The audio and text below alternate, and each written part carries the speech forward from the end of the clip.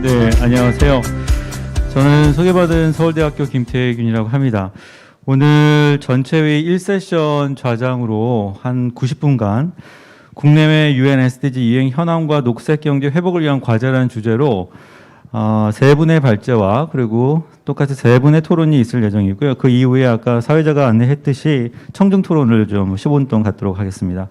그래서 우선 조금 취지를 좀 말씀드리자면 특히 외교부 우리 조명국 국장님하고 그리고 한국지속가능발전센터 우리 이덕희 위원님께서 말씀하신 부분들이 굉장히 저 피부에 잘 와닿는 얘기들을 하셔서 크게는 두 가지 정도로 좀 얘기를 압축할 수 있을 것 같은데요. 저희 이제 벌써 2030년까지 UN SDG 이행이 한 9년밖에 남지 않아서 앞으로 과연 어떻게 나가야 될 것인가를 뭐 글로벌 수준에서도 논의할 수도 있지만 한국 스스로 어떤 이행 계획을 갖고 우리가 준비할 수 있는가에 대한 논의가 필요할 때인 것 같습니다. 그래서 뭐 앞으로 저희가 2차 VNR도 지금 제출해야 되는 상황이 될 가능성이 높기 때문에 거기에 대한 논의들도 좀 오늘 나온 얘기들 바탕으로 토론이 진행됐으면 좋겠고요.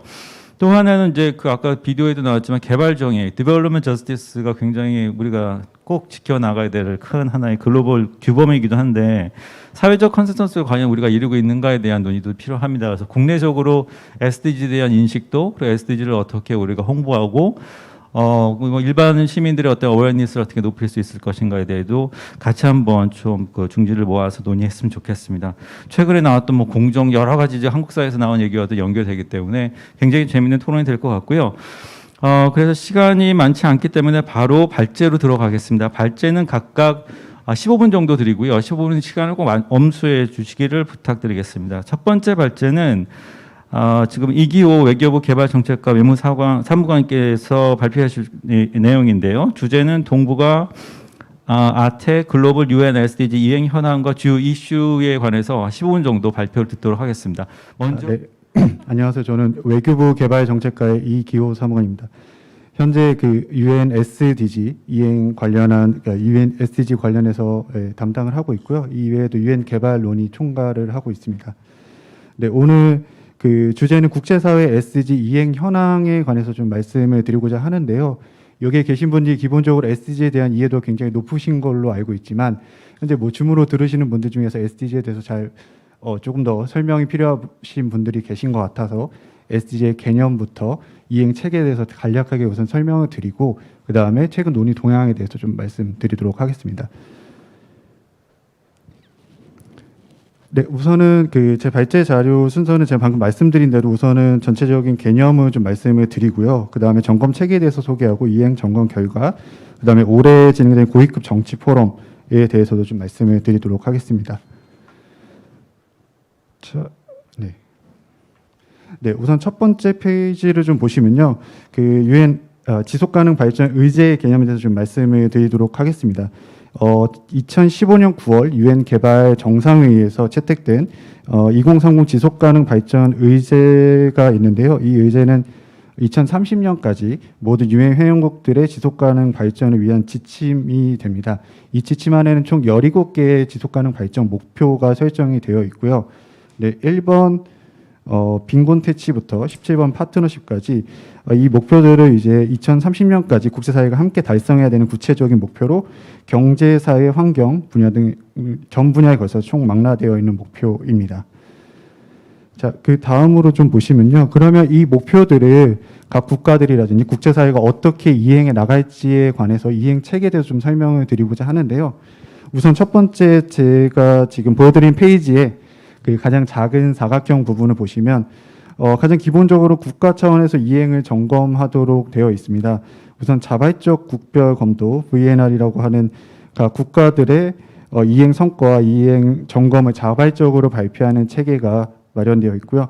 SDG 이행 보고서 이것도 각 국가들 차원에서 자발적으로 이행을 좀 검토하는 보고서를 제출을 하고 있습니다. 우리나라 같은 경우는 올해 통계청에서 2021년 SDG 이행 보고서를 검토해서 발표를 했습니다. 그다음에 KSG가 있는데요. 이따 환경부에서 발표를 해주실 텐데 각 SDG 목표들이 각 국가별로 좀 상이한 측면이 있기 때문에 이 SDG 목표들을 각 국가의 특성에 맞게서 변형을 해서 그 목표 달성을 점검하고 있습니다. 우리나라는 KSDG라는 지표를 현재 사용하고 있고요. 그다음에 마지막으로 현재 지금 오늘 같은 열린 SG 포럼처럼 시민사회와 함께 그다음에 민간과 함께 이행 현황을 점검하는 체계가 마련되어 있습니다. 네, 그 다음에 더 큰 사각형 부분을 보시면 이제 지역 차원으로 넘어갈 텐데요. 우리나라 같은 경우는 동북아 및 아태 지역에서 각각 지속가능 발전 포럼과 이해 관계자 포럼에 참석을 하고 있습니다. 이러한 포럼들 같은 경우는 지역 차원에서 어떻게 SDG 이행하고 있는지 같이 점검하는 포럼이 되겠고요. 그 이후에 이제 UN 에코속 주관 연례 강요급 고위급 정치 포럼이 있는데요. 이건 연례적으로 강요급 차원에서 전 회원국들이 모여서 SDG 이행 현황을 점검하는 회의가 되겠습니다. 이러한 점검 회의들의 노력을 통해서 4년에 한 번씩 유엔총회에서 정상급 HLPF 고위급 고위급 정치 포럼을 개최하게 되는데요. 우리는 2019년에 개최를 했고 이에 참가한 바 있습니다. 자, 다음 내용을 다음 내용에 대해서 좀 더 보여드리게 되면, 그렇다면 이제 각 국가별로 했던 이런 SDG 이행 점검뿐만 아니라 그럼 유엔 차원에서 어떻게 진행되고 있는지 우선 첫 번째 제가 아까 말씀드렸던 자발적 국별 검토에 대해서 조금 더 구체적으로 설명을 드릴 텐데요. 이 자발적 국별 검토의 경우 각 국가별로 고위급 정치 포럼 계기에 이행 현황을 발표하도록 되어 있습니다. 우리나라는 2016년에 발표를 했었고 아까 김태균 교수님께서 말씀하셨듯이 이제 우리가 앞으로 더 자발적 국별 검토를 어떻게 해 나갈지에 대한 논의도 조금 더 필요한 상황입니다. 다음으로 이제 이 자발적 국별 검토는 모든 유엔 회원국들이 30년까지 두 번 이상의 VNR에 참여하도록 고려가 권고되고 있고요. 총 작년까지 205번의 자발적 국별 검토가 시행되었습니다. 그리고 올해 HLPF에서는 44개국이 참여할 예정이고요. 자, 다음 옆에 있는 이행 현황 보고서 부분을 좀 말씀드리면 매년 유엔 사무총장이 제출하는 SDG 이행 보고서가 있습니다. 이 이행 보고서에서는 전 세계적으로 진행되고 있는 SDG 이행 SDG 목표별로 이행 현황에 대해서 유엔 차원에서 조사해서 발표하는 보고서인데요. 2020년 보고서 내용을 좀 살펴보면 코로나19로 인한 취약계층과 특별상황국의 상황이 악화되고 있다라는 내용이 있었고요. 경제활동 중단 등으로 인해서 SDG 관련 통계 수집에 차질을 빚고 있다는 내용도 있습니다. 즉 코로나19 상황에 의해서 각국의 SDG 이행이 어떻게 진행되는지 여기에 대한 좀 차질이 있어서 좀 수집하기 어렵다라는 내용이 좀 있었고요. 그 다음에 이 사무총장 이행 보고서와는 별개로 4년에 한 번씩 유엔 총회 주기에 맞게 독립과학자 그룹이 제출하는 글로벌 지속가능 발전 보고서가 있습니다. 이 보고서는 이제 과학자들이 참여하는 보고서이다 보니 과학과 정책 간의 연계에 좀 더 초점을 맞춰서 과학적 분석이라든지 과학을 반영한 정책을 어떻게 할지 진행해야 될지에 관한 내용들이 좀 나와 있습니다. 네, 다음으로 현재까지 이제 유엔 차원에서 진행되는 SDG 이행 체계에 대해서 좀 살펴보았고요. 다음으로 가장 최근에 있었던 SDG 이행 점검 결과에 대해서 좀 말씀을 드리겠습니다. 작년 11월이죠. 동북아 SDG 이해 관계자 포럼이 개최됐는데요. 시민넷에서도 참석을 좀 해주신 것으로 알고 있는데 이 이해 관계자 포럼에서는 첫 번째 동북아 SDG 이행을 점검했는데 그 에스캅 동북아 사무소에 따르면 SDG 5번 성평등과 10번 불평등 그리고 환경 관련 목표 11번부터 15번까지가 좀 미흡하다는 평가가 있었고요. 그럼 이런 미흡한 상황을 어떻게 타개할 것인지 각 국가별로 이제 논의가 각 국가별로 이행되고 있는 상황에 대해서는 첫 번째로 이제 국내 거버넌스 체계를 좀 강화하자는 내용이 좀 많이 논의가 되었습니다. 그래서 SDG 이행을 위한 위원회를 구성하고 이행 계획을 채택하고 SDG 관련 지표를 작성해 나가야 된다라는 논의가 좀 많이 있었고요. 각 국가별로 어떻게 이런 거버넌스 체계 강화하고 있는지 좀 소개를 했었습니다. 우리나라 같은 경우에는 국내 SDG 이행은 이제 환경부에서 지속가능 발전 기본법을 기반으로 지속가능 발전 기본 계획을 세우고 지속가능 보고서를 발표하는 등 거버넌스 체계가 좀 갖춰져 있고 KSDG라는 지표를 사용하고 있습니다. 다음으로 이제 코로나19 등에 대한 보건 위기의 대응 능력을 강화하자라는 논의가 있었고 교통망을 확대해야 된다. 또한 지속가능 녹색 회복을 강조하기도 하였습니다. 우리나라는 이제 한국의 SDG 이행 현황을 소개했고요. 이행 체계, 제가 방금 말씀드렸던 이행 체계와 KSDG에 관해서도 소개했고, 지난해부터 우리가 코로나19 대응, 개도국의 코로나19 대응을 위해서 지원해온 다 함께 안전한 세상을 위한 개발협력 구상에 대해서도 소개하기도 하였습니다. 다음으로 올해 가장 최근 3월에 있었던 아태 지역 지속가능 발전 포럼에 대해서 좀 말씀을 드리면요. 에스카업 사무국에서는 아태 지역에서 보건과 산업화에는 큰 진전이 있었으나 기후변화와 해양에서는 좀 SDG 이행이 퇴보하였다라는 결과를 발표를 했고요. 그다음에 2번 보시면 특히 그 아태 지역에서는 SDG 이행을 위한 데이터 가용 데이터 데이터 가용성 증진이 필요하다는 논의가 좀 있었고요. 왜냐하면 SDG 이행 전체적으로 하기 위해서는 SD 데이터가 얼마나 SD 데이터를 잘 사용하는 게 중요할 것으로 좀 보입니다. 다음으로 코로나19 SD 달성에 관해서는 일단 K-shape 회복 우려가 있었는데요. 이거는 들어보신 분도 있으시겠지만 어떤 충격이 발생하게 되면 취약국은 그 충격에서 느리게 회복하게 되고 또 이미 선진국 같은 경우 취약에서 빠르게 회복되기 때문에 충격 이후에 빠르게 회복되는 국가와 느리게 회복되는 국가가 K자로 회복되게 되면서 격차가 더 벌어지게 되는 현상을 이야기하는데요. 지금 코로나19로 인해서 각 국가별로 회복의 속도가 다르기 때문에 이러한 회복의 우려도 제기되기도 하였습니다. 또한 코로나19와 기후변화 위기가 쌍둥이 위기라고 표현이 되기도 했는데요. 쌍둥이 위기란 세계적으로 전례 없는 위기를 말하며 이 두 위기 상황에 대한 좀 논의가 진행되기도 하였습니다. 그 결과 현재 아태 지역에서는 코로나19 상황 속에서 SDG 달성을 위한 과제로 국가 보건 시스템을 강화해야 된다라는 이야기가 있었고요. 보건 시스템을 강화하고 투자를 확대하기 위한 모든 집단에 대한 동등한 의료 서비스라든지 원격 진료 서비스를 제공해야 된다라는 논의가 좀 진행되었습니다. 또한 기후변화 대응 강화를 위한 국가별 기업 목표를 좀 더 높이 설정하자라는 논의, 환경 친화적 기술에 투자하자라는 논의도 좀 진행되었고요. 다층적인 파트너십을 구축해서 다양한 민간의 자원이라든지 지식을 활용하자는 논의도 역시 같이 진행되었습니다. 자, 이러한 지역 차원에서 논의를 바탕으로 이제 모든 회원국이 모여서 하는 고위급 정치 포럼을 개최하게 되는데요. 올해 여태까지 진행된 고위급 정치 포럼의 주제와 심화 검토 대상 목록에 대해서 좀 말씀을 드리면 심화 검토 목록은 이제 매년 한 6개, 7개, 그다음에 많게는 9개까지 선정을 해서 각 목표별로 좀 점검을 하게 되고요. 올해 주제는 지속가능한 보건력이 있는 팬데믹 회복으로 행동의 10년 맥락에서 2030 의제 달성을 위한 포용적이고 효과적인 경로 구축입니다. 총 9개의 주제가 선정되어 있습니다.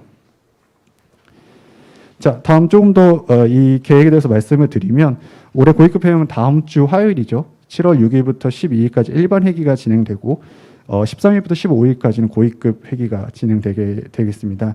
회기별 내용은 일반 회기 같은 경우에는 코로나19와 SDG 점검 목표에 대해서 좀 각국의 진행 사항을 점검하게 되겠고요. 고위급 회기에서는 자발적 국별 검토가 진행되고 올해는 총 44개국이 참여하게 되어 있습니다. 우리의 참석 계획에 대해서 좀 말씀을 드리면 우리나라 역시 HAPF에 참석을 할 예정이고 우리 SDG 현황을 공유하고 국제사회 논의 동향을 파악하도록 하겠습니다. 또한 여러 무대 행사를 같이 공동으로 주최할 예정인데요. SDG 10번 불평등 관련한 부대 행사 및 그다음에 기후 관련한 부대 행사도 좀 진행하고 우리 전문가들도 참석할 예정입니다. 네. 이상으로 저는 오늘 이제 국제사회에서 진행되고 있는 SDG 이행 체계 및 그다음에 올해 저희 행사 참여 계획에 대해서 좀 말씀을 드렸습니다. 이제 제 뒤에서 말씀해 주실 통계청과 환경부 측에서는 국내 SDG 이행 지표라든지 체계에 대해서 조금 더 자세하게 말씀해 주실 것으로 기대합니다. 감사합니다. 네, 감사합니다. 제가 말씀만 들었는데 이규 사무관님께서 저 외교부 개발협력국에서 SDG를 전담하시고 앞으로도 전담하실 것 같다고 하신 그 이유를 알겠습니다. 굉장히 그 디테일하게 짧은 시간 내에 잘 요약을 해주셔서 앞으로 어떤 방식으로 좀 진행이 되고 또 한국 정부가 어떻게 좀 준비하고 있다는 것을 저희가 이해할 수 있었습니다. 다시 한번 감사의 말씀 드리고요. 두 번째 발제자를 모시도록 하겠습니다. 박영실 통계개발원 연구기획실에 계신 사무관님이신데요. 한국의 UN SDG 이행 현황과 주요 과제에 대해서 15분 동안 발표를 해주도록 하겠습니다. 예, 안녕하세요. 방금 소개를 받은 통계청 통계개발원 박영실입니다. 오늘 제가 말씀드릴 내용은 한국의 UN SDG 이행 현황인데요. 사실 이 발표 자료를 준비할 때까지만 해도 제가 연구기획실 소속이었습니다. 그런데 마침 오늘 날짜로 저희 쪽에 조직 개편이 있었고요. 정책통계연구팀이 신설이 되었고 이 팀의 주요 업무로 SDG가 포함되었습니다. 저는 이러한 조직 개편이 최근 근거 기반 정책 수립의 중요한 화두로 떠오르고 있는데 그러한 사회적인 환경을 반영하였다라고 생각을 합니다. 이러한 사회적인 분위기의 확산에 저는 사실은 SDG가 중요한 전환축의 역할을 하고 있다라고 생각을 하는데요. 근거 기반에 대한 논의는 물론 그 이전부터 있어 왔지만 SDG라는 세계적 프로젝트에서 데이터의 중요성이 강조되면서 국제기구와 국가가 데이터 수집 활동들을 체계화하기 시작했기 때문입니다. 그래서 오늘 발표는 SDG 데이터가 어떻게 수집되고 있는지를 설명하는 것에서부터 시작하도록 하겠습니다. SDG는 17개 목표로 구성이 되어 있죠. 그리고 이 목표는 231개 지표로 측정이 됩니다. 이처럼 방대한 양의 데이터를 각 국가로부터 수집하기 위해서 국가, 국제기구, UN이라는 세계 주체가 유기적으로 연계되어 있습니다. 유엔은 지표 개발 과정에서부터 지표별로 소관 국제기구를 할당하였는데요. 이 기구로 하여금 지표 방법론 개발과 국가 데이터를 수집하는 역할을 부여하였습니다. 이에 따라서 국제기구에서는 지표별로 각 국가의 데이터를 요청을 하게 되고요.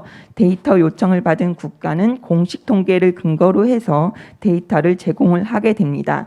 국가가 제공한 데이터가 바로 UN 데이터베이스에 올라가는 것은 아닙니다. 국제기구에서 비교 가능성을 검토한 후에 UN SDG 데이터베이스에 수록하게 됩니다. 유엔에 수록된 데이터를 기반으로 해서 글로벌 및 지역 차원에서 SDG 이행 현황에 대한 모니터링이 진행하게 되는데요.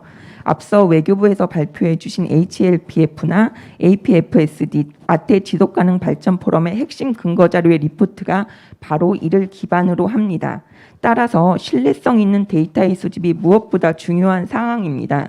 이에 유엔에서는 데이터 흐름의 모든 절차가 투명하게 진행되어야 함을 원칙으로 설정하였고요. 이 과정을 국가 내에서 통계청이 총괄 조정하도록 하는 역할을 부여하였습니다. 한국에서는 통계청 통계개발원이 데이터 책임기관으로 지정이 되어서 해당 역할을 수행 중에 있습니다. 국내 관계부처들과 함께 자료 제공 업무를 진행을 하고 있고요. 국내 관계부처들과 자료 제공 업무를 수행하고 있고요. 이와 함께 다음과 같은 핵심적인 업무들을 함께 수행을 하고 있습니다.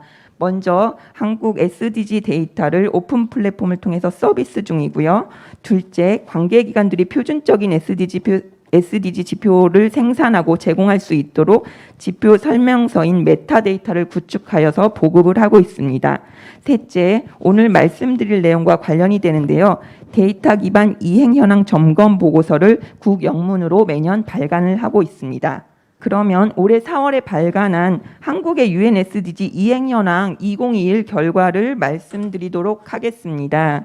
이행 결과는 3가지 섹션으로 나누어서 설명을 드릴 텐데요.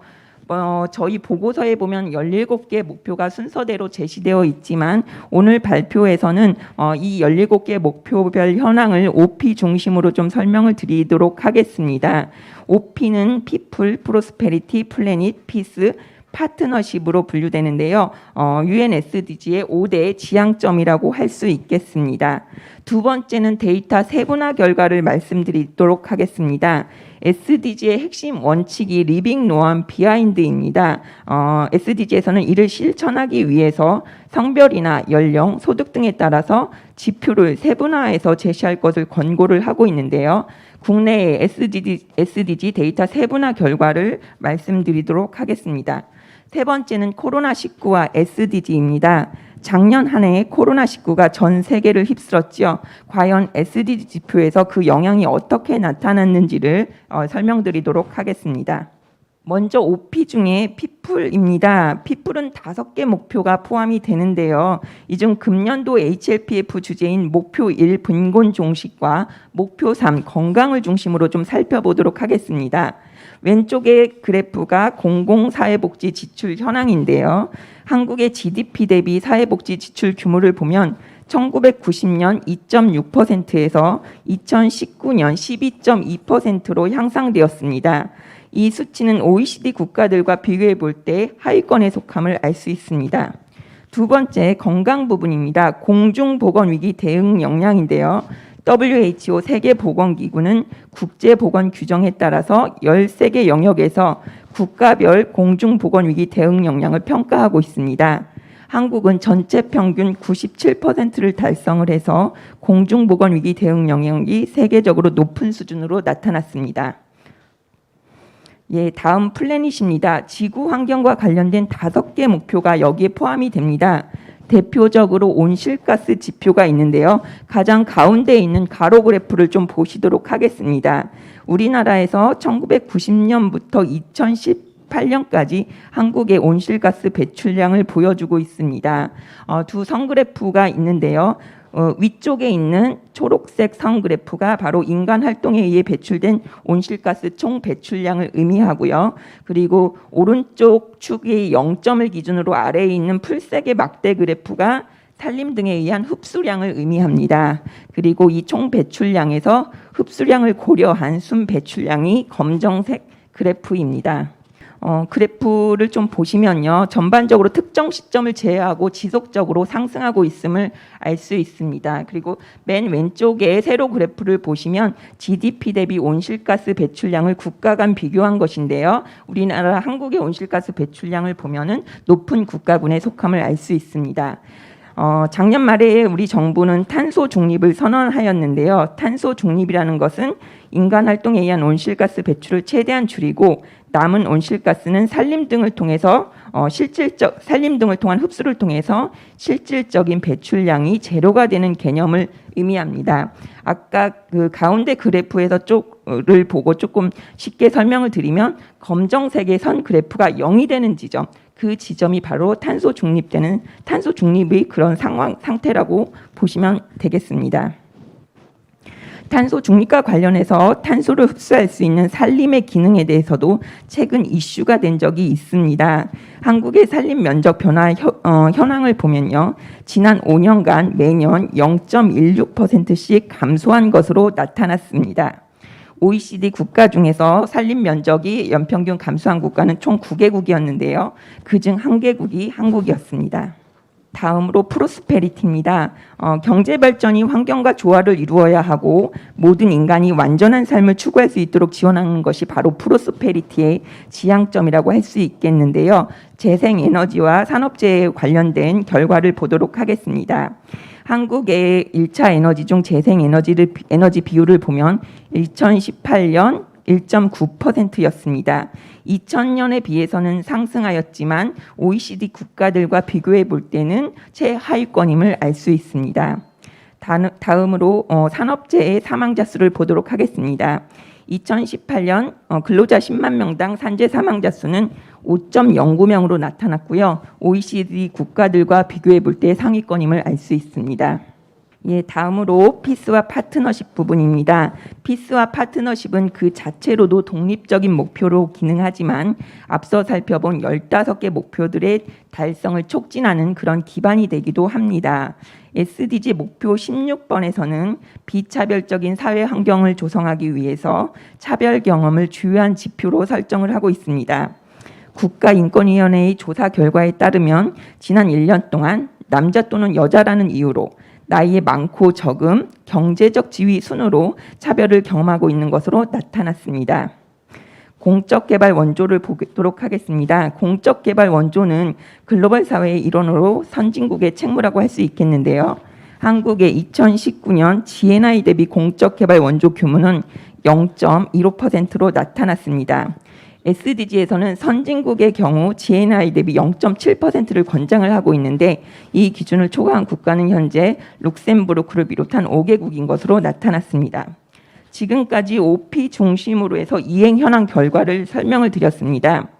그런데 이제 국가 간 비교도 중요하지만 SDG에서는 데이터 세분화를 통해서 어느 집단이 뒤처져 있는지를 밝혀내는 것도 매우 중요합니다. 먼저 상대적 빈곤율을 보시도록 하겠습니다. 2019년 한국의 상대적 빈곤율을 보면은 16.3%입니다. 그래프가 좀 작아서 안 보이실 수도 있을 텐데요. 근데 이러한 국가 전체적인 상대적인 빈곤율을 연령별로 세분화해서 보면 66세 이상의 고연령층에서 상대적 빈곤율이 그 이하 연령층에 비해서 눈에 띄게 높음을 알 수 있었습니다. 두 번째로 가구의 식품 안정성을 보도록 하겠는데요. 소득 수준에 따라서 차이가 있었습니다. 저소득 가구의 13%가 식품 안정성을 확보하지 못했다고 응답을 하였는데 이는 전체 평균 3.5%에 비해 4배가량 되는 수치입니다. 다음으로 정보화 수준입니다. 일반 국민 대비해서 고령층이나 장애인, 저소득층, 농어민층에서 정보화 수준이 취약하다는 점을 그래프에서 보실 수가 있겠는데요. 코로나19 비대면 활동이 증가하면서 정보화 수준은 사실 중요한 자본입니다. 그리고 이러한 정보화 수준이 추후에 다른 불평등이 원인이 될 수 있다는 점에서 취약 집단의 정보화 역량 강화가 필요한 것으로 진단되었습니다. 예, 마지막으로 SDG 지표에 나타난 코로나19의 영향을 살펴보겠습니다. 코로나19는 그 자체, 건강 그 자체의 위기이기도 했지만 빈곤이나 교육, 성평등, 일자리 등 여러 영역에서 광범위하게 영향을 미쳤음을 우리가 이미 목도하였고요. 그 영향은 집단마다 매우 차별적으로 나타났습니다. 실업률 지표를 예로 보도록 하겠는데요. 한국에서 실업률은 2002년부터 3%대를 유지했습니다. 그렇지만 코로나19가 관통한 2020년에는 4.0%가 되었는데요. 성별에 따라서 실업률 증가폭의 차이가 있었습니다. 남자의 경우 2019년 대비 변화가 없었던 반면에 여성은 0.4%포인트 증가하였습니다. 이후 여성이 더 큰 영향을 받은 여러 가지 이유들에 대한 추가적인 분석이 이루어졌는데 보시면 아시겠지만 다자녀 초등학생을 둔 엄마일수록 코로나 고용 충격이 더 큰 것으로 나타났습니다. 예상하시겠지만 코로나 시기에 돌봄이 중요한 이슈가 되었고 이러한 돌봄의 주체로 여성이 소환된 것과 무관하지 않다고 할 수 있겠습니다. SDG 지표 중에는 무급 가사 노동 시간 비율이 있습니다. 가정관리와 돌봄 노동 시간으로 측정이 되는데요. 그래프에서 보시면 아시겠지만 지난 20년간 여성의 무급 가사 노동 시간은 감소 추세에 있었습니다. 하지만 2020년에는 반전이 되었을 것으로 예상이 됩니다. 예, 지금까지 한국의 UN SDG 이행 현황을 주요 지표 중심으로 살펴보았습니다. 결과를 좀 요약해서 말씀을 드리면 세계적으로 달성도가 높은 분야도 있었고요. 국내적으로는 진척이 있었지만 OECD 국가와 비교했을 때 달성도가 낮은 분야도 있었습니다. 그리고 국가 전체적인 평균치를 성이나 연령, 소득 규모 등에 따라서 데이터를 세분화해 보면 집단 간 차별적인 모습들도 관찰할 수 있었습니다. 좀 더 자세한 내용은 저희 보고서를 참조해 보시면 좋을 것 같고요. 그런데 안타까운 점은 SDG 6년이 지난 현 시점에서도 아직 데이터가 없거나 충분하지 않아서 점검이 어려운 세부 목표들이 많이 있다는 점입니다. 보시는 왼쪽에 있는 그래프는 데이터 가용률입니다. UN SDG 데이터베이스에서 한국 데이터가 얼마나 이용 가능한지를 보여주는 그래프인데요. 231개 전체 지표 중에서 63%의 데이터만이 현재 이용 가능한 상황입니다. 그리고 그 데이터 이용 가능률은 보시면 아시겠지만 목표별로 매우 차별적입니다.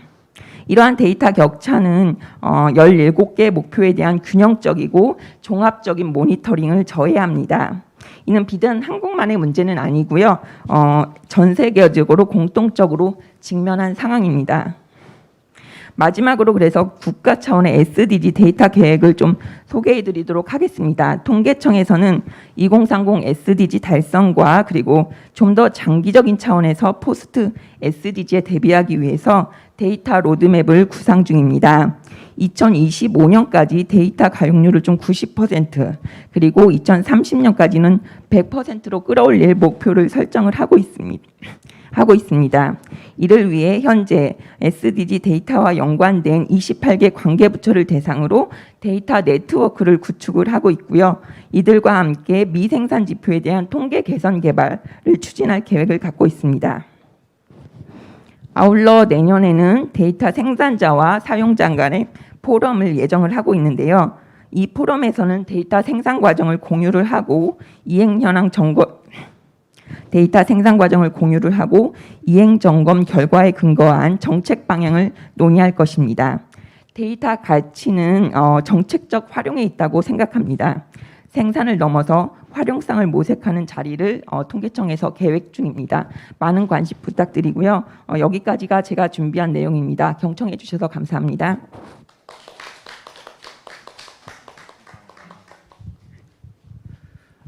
감사합니다. 특히 데이터 굉장히 중요하고요. 뭐 에비던스 베이스드 여러 가지 저희가 SDG뿐만 아니라 국제개발협력에서 항상 중요하게 보아야 되는 것 중에 하나죠. 평가라든가 모니터링도 마찬가지고요. 제가 잠깐 이 파워포인트 움직일 때 문제가 좀 생겼는데 죄송하다는 말씀 좀 드리고요. 저도 동영상을 어디 단체 찍게 돼가지고 동영상 찍는데 굉장히 여담이면 짧게만 말씀드리자면 코로나라는 단어를 쓰면 안 된대요. 그게 유튜브 영상에 올라가면 무슨 알고리즘에 이상한 데로 빠져가지고 조회수가 떨어지게 되는 경우가 많아서 저한테 발표를 하는데 코로나는 단어를 쓰면 안 된다고 하더라고요. 그래서 팬데믹은 된다고. 아까 코로나 단어 쓰자마자 아까 잘 안 된 것 같아요. 그 이유는 뒤에서 다 이렇게 만져주신 게 아닌가 생각이 들고요. 그렇게 생각하시고 넘어가시면 좋겠습니다. 자, 그러면 마지막 발제입니다. 환경부 녹색 전환 정책 과장님으로 계신 조윤수 선생님 모시고요. 제4차 지속가능 발전 기본계획 주요 내용과 과제라는 주제로 15분 정도 발표 듣도록 하겠습니다. 뜨거운 박수. 안녕하십니까. 녹색 전환 정책 과장 조현수라고 합니다. 제가 제 앞에 직책도 좀 입에 좀 낯선데요. 제가 온 지가 얼마 안 됐습니다. 사실 잘 모르고 좀 낯설기만 한데, 그리고 앞에 또 발표를 너무 잘 해주셨는데 제가 좀 발표가 많이 좀 따지지 않을까 좀 걱정이 많이 됩니다. 그래도 너그러이 좀 양해해 주시기 바라겠습니다. 감사합니다. 예, 저는 제4차 지속가능 발전 기본계획의 주요 내용과 과제 이런 제목으로 발표를 하게 됐는데요. 내용이 상당히 좀 제네럴한 그런 내용입니다. 그래서 전반적인 내용을 한번 제시해보고, 그리고 제가 좀 고민하고 있는 그런 부분도 좀 추가로 말씀드리도록 하겠습니다. 크게 지금 두 가지를 좀 제시를 했습니다. 지금 이제 코로나19 팬데믹으로 인해서 경제 성장이 둔화되고 있고 고용 불안정도 지속이 되고 있습니다. 그리고 기후 위기입니다. 그리고 20세기 평균 기온 상승률이 1.4도 우리나라의 영향이 매우 큰 상황입니다. 그리고 작년에 섬진강 일대에서 500년 만에 큰 폭우가 내린 등 이상 기후가 계속 발생을 하고 있습니다. 그래서 한국 정부는 2050 탄소 중립을 작년에 선언을 했고, 그리고 관계부처 합동으로 2050 탄소 중립 추진 전략을 발표를 했습니다. 그리고 여기 내용에는 없습니다만 저출산 고령화로 인해서 생산 가능 인구는 계속 감소를 하고 있고요. 그리고 경제 성장률은 예전처럼 높은 성장률을 달성하기는 어렵고, 그리고 또 빈부격차는 아쉽게도 계속 커지고 있는 상황입니다. 저희 아까 말씀은 해주셨는데 우리 환경부에서는 KSDG에 대해서 관여를 하고 있습니다. 그 과정에 대해서 말씀드리도록 하겠습니다. 유엔에서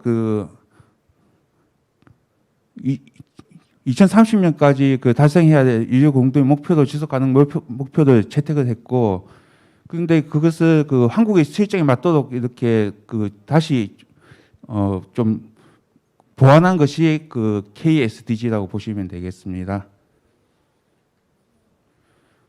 수립 과정은 기재부, 환경부, 교육부 등 그 관계부처와 그리고 전문가 그의 그 의견 수렴을 통해서 수립이 되었고요. 그리고 그 사회관계 장관 회의와 국무회의 보고 후에 확정된 것입니다.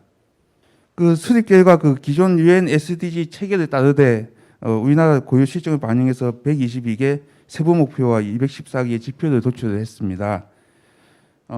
그리고 그 우리나라 실정에 맞게 그 우리나라에서 해결 가능성이 높은 그 지표에 대해서는 추가를 했습니다. 예를 들면 고령화 대비, 저출산 극복, 그 플라스틱 대체 물질 개발 이런 부분에 대해서 추가를 했었고, 우리나라와 크게 관계없는 부분, 예를 들면 그 절대 빈곤 인구 비율, 그 국민 영양 결핍 해소, 여성 할례 등 그 여성 유해 관련 유해 관습 폐지 이런 부분은 우리의 실정과는 크게 관계가 없기 때문에 제외를 했습니다.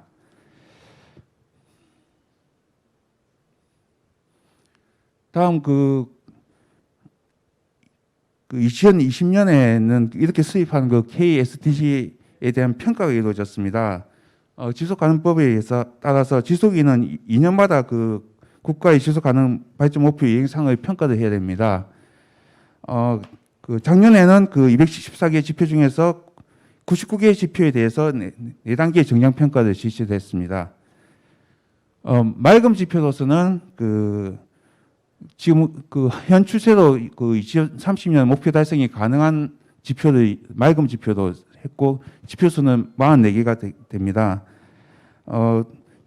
녹속 교통 활성화 비율, 농어촌 상하수도 보급률이 있고요. 그리고 마지막에 네우라고 되어 있는 부분이 있습니다. 목표 반대 방향으로 진행되고 있는 부분인데요. 9개 지표가 지금 현재 그렇게 판단이 되고 있습니다. 가장 대표적인 것이 온실가스 배출량 그리고 살인 면적 비율입니다. 아까 통계청에서 말씀하셨지만 2014년부터 18년까지 지속적으로 온실가스 배출량은 증가를 해 왔었습니다. 그런데 현재 잠정치만 나와 있습니다만 19년, 20년 잠정 추계에 따르면 배출량은 현재 다행히 감소하는 추세를 보이고 있다는 추가 말씀 좀 드리도록 하겠습니다. 다음 제4차 지속가능 발전 기본계획의 주요 내용에 대해서 간단하게만 말씀드리겠습니다. 정부는 지속가능 발전 관련 국제적 합의 이행과 국가 지속가능 발전 촉진을 위해서 20년 계획 기간의 지속가능 발전 기본계획을 5년마다 수립을 하고 있습니다. 2018년 KSDG 수립 이후에 제3차 기본계획 변경계획으로 이를 반영했습니다만 1년이라는 짧은 기간에 수립하다 보니 지표의 목표 부합성과 측정 가능성 등에 대한 심층 검토가 필요해서 작년에 KS 세부 목표 및 지표에 대한 수정과 보완이 이루어졌었습니다. 그리고 경제사회 환경 거버넌스 분야에서 8차례 집중 포럼을 통해서 의견을 수렴했었고, 국민 대상 대토론회를 2차례 실시를 했었습니다. 그래서 17개 목표별 주요 정책 과제를 선정을 했습니다. 제4차 지속가능 발전 기본계획의 주요 핵심 키워드는 포용과 혁신입니다. 그리고 이를 바탕으로 해서 사람이 사람답게 살 수 있는 포용 사회, 그리고 혁신적 성장을 통한 국민의 삶의 질 향상, 그리고 미래 세대가 함께 누리는 깨끗한 환경, 그리고 지구촌 평화의 협력 강화, 이렇게 4가지의 전략을 수립했고, 그 전략 수립을 위한 17개 목표를 설정을 했습니다. 2018년 수립한 KSDG도 일부 수정을 했고, 새로운 이슈를 반영해서 기후변화 대응, 개발 품종수, 정규직 대비 비정규직 비율 등의 지표를 72개 설정을 했었습니다. 제4차 지속가능과 발전 기본계획의 주요 내용에 대해서 간단하게만 말씀드리겠습니다.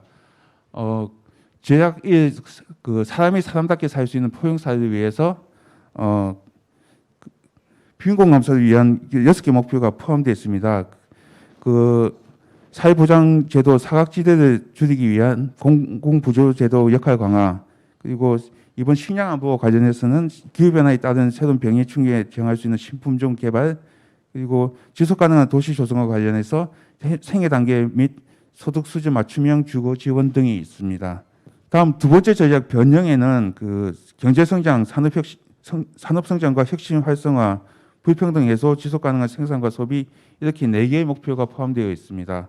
경제 성장과 관련해서는 최근 코로나19로 인한 경기 침체와 실업이 문제인 만큼 소상공인 안전망 확충, 청년 취업 지원 확대 등이 주요 정책 과제입니다.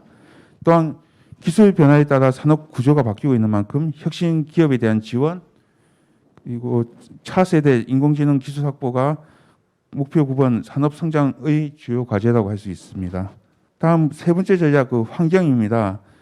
여기에는 물 관리, 친환경 에너지, 기후 변화 대응, 생태계 보존 등 5개의 목표가 포함되어 있습니다.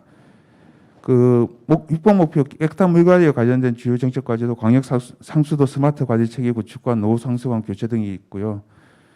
그리고 가장 핫한 이슈인 기후 변화 대응과 관련해서는 기후 변화에 대한 조치 계획의 정책화된 세부 목표에 따라서 기후 변화 대응 관련 규정의 통합 정비가 주요 정책 과제로 선정되었습니다. 그리고 현재 정부와 국회가 탄소 중립 법안 제정을 위해서 같이 노력을 하고 있고요.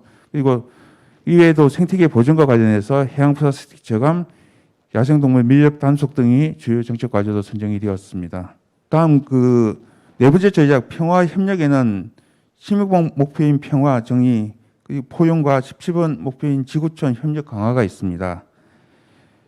평화 정의 포용과 관련해서는 사회적 시대 구축이 중요하기 때문에 청탁 금지 법령의 보완과 풀뿌리 민주주의 제도 확대 등이 정책 과제로 선정되었습니다. 지구촌 협력 강화 관련해서는 지속 가능 발전 목표 이행 가속화를 위한 ODA 규모 확대와 개발도상국 과학기술 역량 지원 확대가 주요 정책 과제로 할 수 있습니다. 각 정책 과제들은 KSDG의 세부 목표 및 지표와 연계되어 있기 때문에 지표 과제를 통해서 정책 과제를 지속적으로 평가해 나가도록 하겠습니다. 제4차 지속 가능 발전 기본 계획을 바탕으로 수행할 앞으로의 과제들을 말씀드리도록 하겠습니다. 우선 지속 가능 발전 위원회의 행정 계획 검토 기능 강화입니다. 지속 가능 발전 기본 계획과 관련된 국가 중장기 행정 계획은 지속위의 사전 검토를 거쳐야 됩니다. 이 과정은 국가 계획을 수립하는 과정에서 지속 가능 발전의 관점을 반영하여 정책에도 영향을 미칠 수 있는 절차이기 때문에 지속위의 주요 기능이라고 할 수 있습니다. 이와 같은 지속위 기능을 강화하기 위해서 더 많은 국가 행정 계획이 지속위의 사전 검토를 거칠 수 있도록 연구 용역을 추진하고 있습니다. 그리고 또한 KSDG와 제4차 기본계획의 내용을 충실히 반영한 검토가 이루어질 수 있도록 행정계획 검토 기준도 함께 마련할 예정입니다. 이를 통해서 국가계획 수립 시 지속가능 발전 목표 반영 정도를 확대하고 지속가능 발전을 위한 정책 일관성을 강화할 수 있을 것입니다. 지속가능 발전 목표 이행은 전 국민의 참여가 중요한 만큼 앞으로도 다양한 이해관계자의 의견을 수렴할 예정입니다. 올해 하반기에는 환경, 경제, 사회 분야별 집중 포럼을 계획을 하고 있습니다. 전문가 이해관계자 그룹 등 다양한 참여자와 함께 KSDG 지표 보완상을 논의하고 지속 가능 발전이 나아가야 할 향후 개선 방향에 대해서도 의견을 듣고자 합니다. 수렴한 의견은 지속 가능 발전위를 통해서 심도 있게 논의할 예정입니다. 마지막으로 지방의 지속 가능 발전 목표 이행도 지원을 하도록 하겠습니다. 환경부는 2019년 지방 지속 가능 발전 이행 매뉴얼을 마련했고 이를 바탕으로 올해도 지역 단위 SDG 실천 기반 구축을 위한 컨설팅을 기획을 하고 있습니다. 이외에도 지속 가능 발전에 대한 국민 인지도를 높이기 위해 지속 가능 발전 포털 운영 그리고 홍보 영상 제작 등 적극적 홍보 활동을 해 나가도록 하겠습니다. 그리고 지속 가능 발전 위원회 위상 강화를 담고 있는 지속 가능 발전법이 국회 정무회에 게재되어 있는데 이것이 국회를 통과할 수 있도록 국조실과 함께 노력하겠습니다. 예, 이상 미흡한 발표 경청해 주셔서 감사합니다. 환경부를 대표해서 지금 제4차 지속가능 발전 기본계획의 주요 내용하고 앞으로의 향후 과제에 대해서 잘 설명해 주셨습니다. 다시 한번 감사의 말씀드리고요. 자, 다음은 이제 드디어 토론자분들을 모시고 이 세 발제에 대한 뭐 포괄적인 토론이 될 수도 있고요. 아니면 디테일한 어떤 그 여러 가지 의견을 제시할 수도 있는 굉장히 중요한 좀 기회를 갖도록 하겠습니다. 자, 첫 번째 토론자는 지금 경제정의실천시민연합 경실련에서 활동하고 계신 정호철 선생님 모시고요. 디지털 경제 전환을 중심으로 하는 주제로 10분 듣도록 하겠습니다.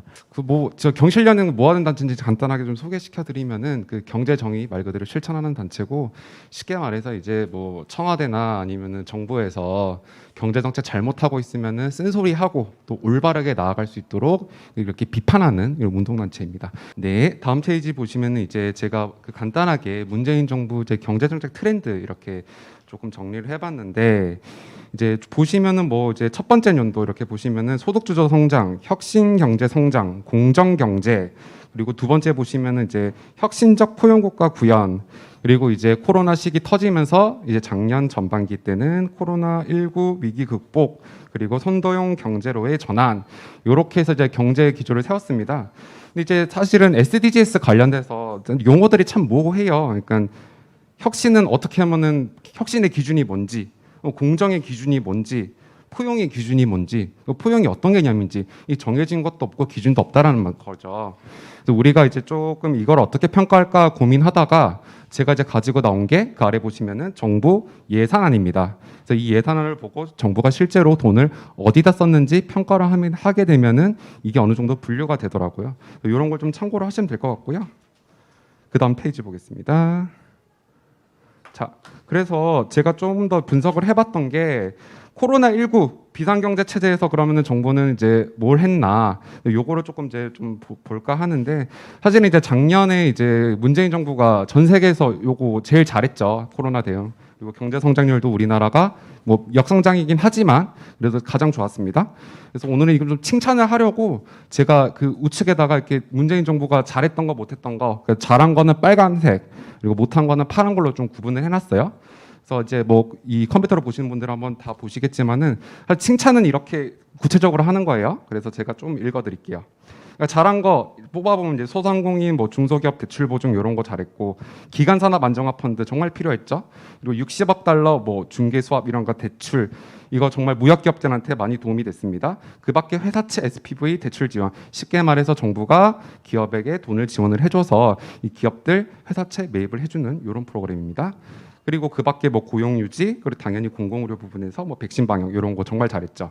반면에 파란 거는 못한 겁니다. 파란 거는 정말 말 그대로 이게 추경 예산이라는 게 빚을 내서 이렇게 하는 건데, 이게 과연 적절했냐라고 우리가 생각해 보면은 정말 하면 안 되는 것들이에요. 자, 위에 그 금융지원 보시면은 금융회사 그리고 차액 결제 이용 담보증권 제공 비율 50% 이나, 쉽게 말해서 두 개 합치면은 공매도입니다. 공매도. 증권사 가면은 시장 조성자 제도, 그리고 자산운용사 가면은 말 그대로 유동성 공급입니다. 대부분 다 증권사로 이게 돈이 갔고요. 증권사 주식 빌리는데 돈 이거 좀 빌려주고, 그리고 이 담보금 제공하는데 50% 깎아줘서 했습니다. 공매도 많이 비판받고 있죠. 그 개미들 피 빨아먹는다고. 이 빚내서 할 정책은 절대 아닌 정책으로 우리가 이제 인식이 되고 있고요. 이제 가장 아래 보시면 이제 전국민 재난기원 그 기금 요것도 있습니다. 요것도 이제 말이 많고 탈이 많았지만 결국은 이제 포퓰리즘 정책이 아닌가, 저는 그렇게 생각을 합니다. 왜냐하면 이제 경제라는 거는 말 그대로 정말 필요한 사람들에게 지원해 주는 게 이 기금이거든요. 적어도 이제 예산을 계획을 해서 만약에 우리가 기본소득처럼 지원을 해준다면은 어느 정도 그거는 납득이 되지만, 굳이 빚까지 내서 전 국민에게 돈을 지원해 준다? 이거는 이 시기에 사실은 그렇게 적절한 정책은 아니다. 그렇게 볼 수가 있을 것 같아요. 다음 페이지 보겠습니다. 다음 페이지 보시면은 결국은 이제 정부가 정말 뭐 이렇게 이제 확장적 그 예산 정책을 하다 보니까 예산은 점점 늘고 세수는 점점 줄어들고 나라 빚은 늘고 적자는 계속 늘어났어요. 최근에 이제 뭐 적자에 대해서 비판이 정말 많지만은 빚은 누구나 질 수 있는 겁니다. 이 어려운 시기에 빚은 누구나 질 수 있고, 다만 중요한 거는 그 빚을 얼마나 가치 있게 써서 우리가 경제 회복, 성장, 그리고 지속 가능 경제 가능성에 이렇게 투자를 했냐, 사실 그게 제일 중요하죠. 그걸 한번 볼게요. 어느 정도 우리 그 정부가 개선을 해 나갔는지. 뭐 어쨌든 문재인 정부도 못 피했던 거는 내수 경제 악화입니다. 대표적으로 이제 한국 경제는 뭐 수출 주도 성장이기 때문에 사실은 이제 내수 경제가 뭐 침체되는 건 어쩔 수 없는 부분이고요. 다만 이제 우리가 이해하기로는 그래도 정부에서 노력을 해서 이 정도로 선방을 했다 이렇게 보시면 될 것 같아요. 주로 이제 조금 뭐 내용을 보시면은 코로나19 때문에 수출은 줄고 기업들은 생산을 줄이고 일자리가 줄어서 실업은 늘고 물가지가 오르고 그래서 소비는 위축되고 사실은 이제 이런 것들이 좀 반복이 됐고 그렇다면 그 기간 동안에 이제 뭐 성장 산업 그리고 하향 산업 이런 걸 조금 조사를 해봤는데 주로 이제 IT 쪽이 많이 성장을 했고요. 그 제조업 쪽이나 서비스 쪽 보면은 뭐 이제 특히나 금융업 이런 거 많이 성장을 했습니다. 그리고 이제 반면에 우리 소상공인들, 뭐 소도매나 아니면 숙박식당 그리고 그 밖에 교육 서비스들 다 이렇게 하락을 했고 그래서 고용률도 많이 떨어졌습니다. 특히 이제 실업률 같은 경우는 청년이 정말 많이 떨어졌고요. 그 밖에 이제 물가 상승 그리고 아파트값 뭐 말할 것도 없죠. 세종시 53% 올랐더라고요. 소비 민간에서 정말 많이 위축이 됐고 다만 그 민간에서 위축된 소비가 다 어디로 갔냐? 주식 투자로 갔습니다. 주식 투자 28.4% 많이 늘었더라고요. 그래서 사실은 허리띠 졸라매서 우리 한국 국민들이 또 저축이나 이런 투자에 또 많이 또 귀가 박잖아요. 그래서 예금 저축보다는 오히려 이제 주식 투자를 많이 하면서 사실은 이제 정책이 그렇게 돌아갔죠. 그리고 이제 현재 2021년 그 정부 정책을 보시면은 이제 문재인 정부가 올 초에 이런 걸 작년이었죠. 작년에 이걸 발표했는데 한국판 뉴딜을 본격으로 추진을 하겠다. 이렇게 발표를 했습니다. 그래서 크게 골자는 첫 번째 디지털 뉴딜 그리고 두 번째 오늘 뭐 나중에 얘기하겠지만 그린 뉴딜 그리고 마지막으로는 사회정책 관련돼서 안전망 강화 이렇게 세 개가 있습니다. 근데 이제 쉽게 설명을 드리면 이런 거예요. 그러니까 중간에 있는 거는 말 그대로 아직 확정된 것도 아니고 정부 희망사항이에요. 이렇게 하고 싶다라는 거고 정부에서 실질적으로 할 수 있는 거는 맨 오른쪽에 세 번째 겁니다.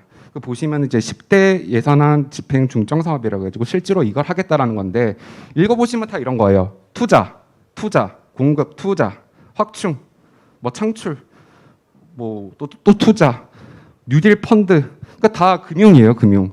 쉽게 말하면 2025년까지 민간 합작으로 160조 원, 그러니까 관제 펀드 114조, 공모 펀드 46조 이 금융 사업을 하겠다라는 거예요. 문재인 정부 비판 많이 받았죠. 뭐 사모펀드 사실은 그것도 문제 때도 많이 터졌었고 그래서 이거를 좀 투명하게 잘 관리를 해야 되는데 사실 걱정이 큽니다.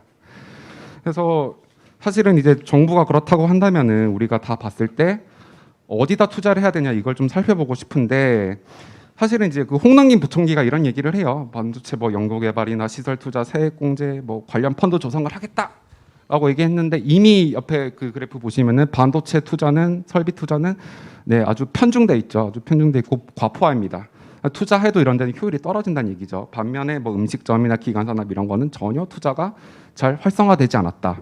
그러니까 정부가 해야 하는 역할이 뭘까라고 생각했을 때 우리가 그 이제 경제 국면별 이렇게 좀 주기를 보시면은 회복 시기에는 이런 기간 산업에 투자를 하는 게 맞아요. 그렇게 해서 기간 산업 안정화시키고 민생 경제 회복하고 그리고 내수 경제 성장 사실 이런 걸 좀 읽어내야 되는데 최근에 계속 이제 반도체 얘기 많이 나오죠. 반도체 얘기 나와서 사실은 뭐 이재용 사면이니 이런 얘기도 많이 나오잖아요. 반도체 몰아주려고 지금 이렇게 하고 있고 그 밖에도 이제 금융업이 많이 성장을 했잖아요.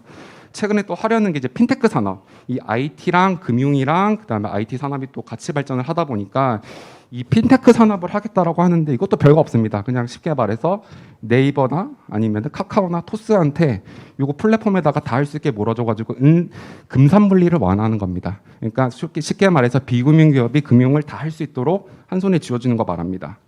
어떻게 보면 이게 혁신이라고 얘기는 하는데 금산 분리를 깨면서까지 혁신을 하는 거는 반칙이다. 미국 같은 경우는 그래요. 그러니까 산업 독점을 막기 위해서 사실은 산업별로 다 분리를 해놨죠. 분리를 해놓고 기업 간의 파트너십을 통해서 혁신을 하도록 만드는데 이게 우리 정부의 문제점은 한 대 다 몰아주는 거예요. 혼자서 다 할 수 있게. 방만 경영하게. 문어발식으로 경영하게. 사실은 그런 게 문제다. 이런 거는 좀 조심을 해야 되지 않나 싶습니다. 네, 마지막입니다. 그럼 우리 정부가 이제 앞으로 뭘 해야 되나. 현재 아직도 코로나19 경기 회복 좀 시기고 해야 될 게 정말 많습니다. 결국 작년에 이제 이렇게 해서 우리가 이제 세계 1등 했죠. -1 그 GDP 역성장을 했고 다만 이제 하는 발표에 따르면은 그럼 올해는 얼마 성장할 거냐. 결국은 이제 백신 접종이나 서비스 대면 산업 활성화 그리고 기간 산업 정상화에 따라서 우리가 4% 내외로 성장을 할 수 있겠다. 이제 이런 게 많이 얘기들이 나옵니다. 마지막 화면 보시면 이제 재벌개혁 적폐 청산해가지고 저희가 이제 유엔에서 작년 2019년, 그 2년 전이죠. 2019년 저희가 발표를 했고 내용은 이래요. 기업 만능 정치 시대 끝내야 된다. 그리고 저희가 얘기를 했던 게 The time to kill 재벌 그 얘기를 했어요. 유엔에서 되게 공감받고 박수 받았습니다. 어떻게 보면 이제 이게 재벌은 우리나라만의 문제냐라고 했을 때 꼭 그렇지 않습니다. 미국도 그렇고 미국도 재벌이 있죠.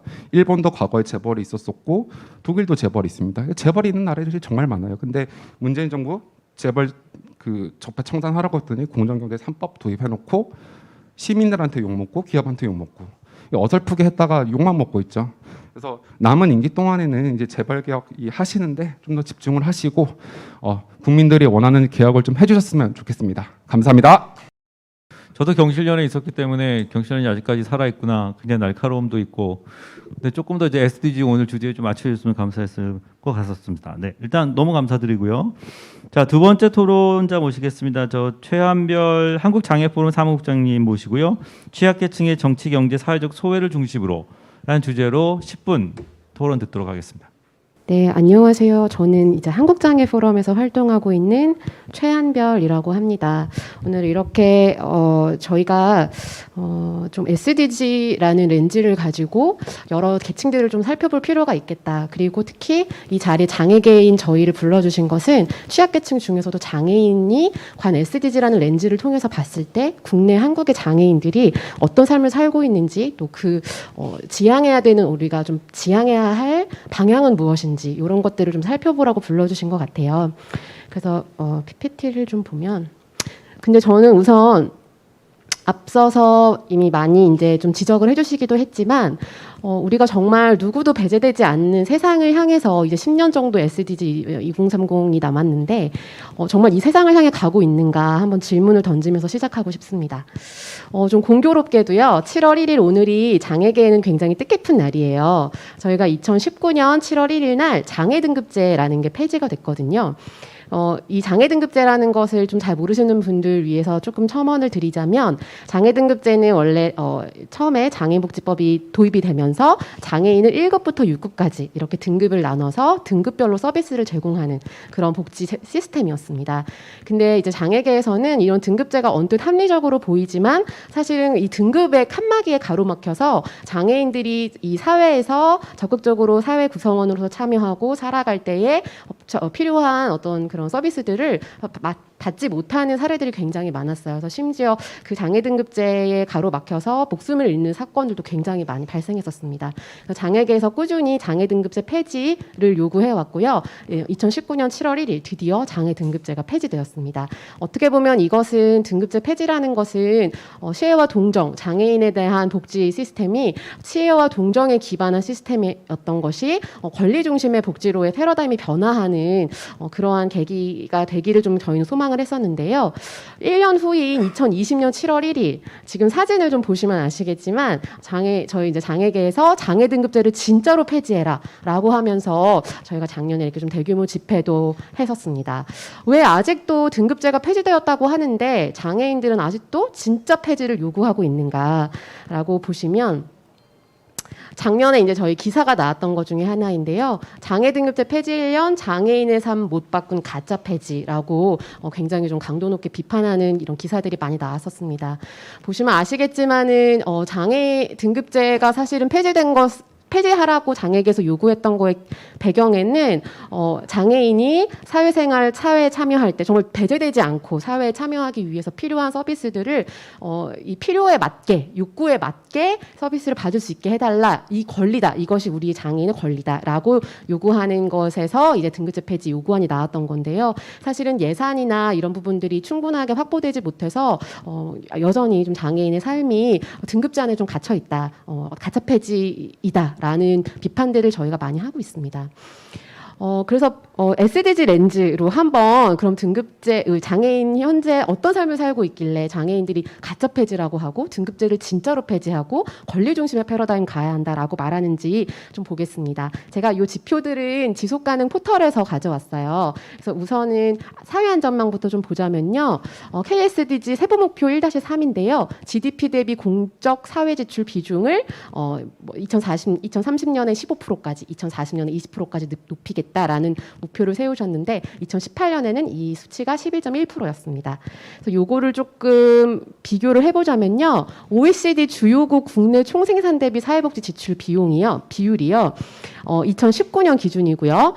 OECD 평균이 20%였습니다. 근데 이때 한국은 2019년에는 12% 정도 됐었네요. 지금 평균보다 한 8%포인트 정도 낮은 수치를 보이고 있는데요. 이것이 장애인 복지 지출 규모로 가면 더 떨어집니다. 지금 OECD 평균이 2017년 기준으로 GDP 대비 장애인 복지 지출 규모가 1.9%였는데요. 한국은 이거의 절반에도 미치지 않는 0.6%에 불과한 예산을 책정을 하고 있었습니다. 그래서 여전히 조금 장애인 복지에 대한 예산이 많이 부족하다. 그래서 많이 끌어올려야 되는 상황이다. 이런 거를 좀 말씀드리고 싶고요. 또 중요한 것은 장애인이 사회 참여를 제대로 하기 위해서는 교육이 굉장히 중요할 겁니다. 그래서 이것도 KSDG 세부 목표에 들어가 있더라고요. 취약률을 계속적으로 증가시킨다라는 목표를 갖고 계신데 여기 밑에 보시면 취약 집단에 대한 취약률 통계 구축 필요 이렇게 파악을 하고 계셨습니다. 그래서 실제로 저도 장애인의 취약률을 찾아봤을 때 잘 통계를 찾기가 어렵더라고요. 그래서 제가 가져온 자료가요. 이거는 이제 2017년 장애인 실태조사라는 장애인의 이게 통계청에서 아마 3년에 한 번씩 대대적으로 장애인 조사를 하고 계신데요. 그 실태조사에서 가져와 봤습니다. 보시면 교육 정도입니다.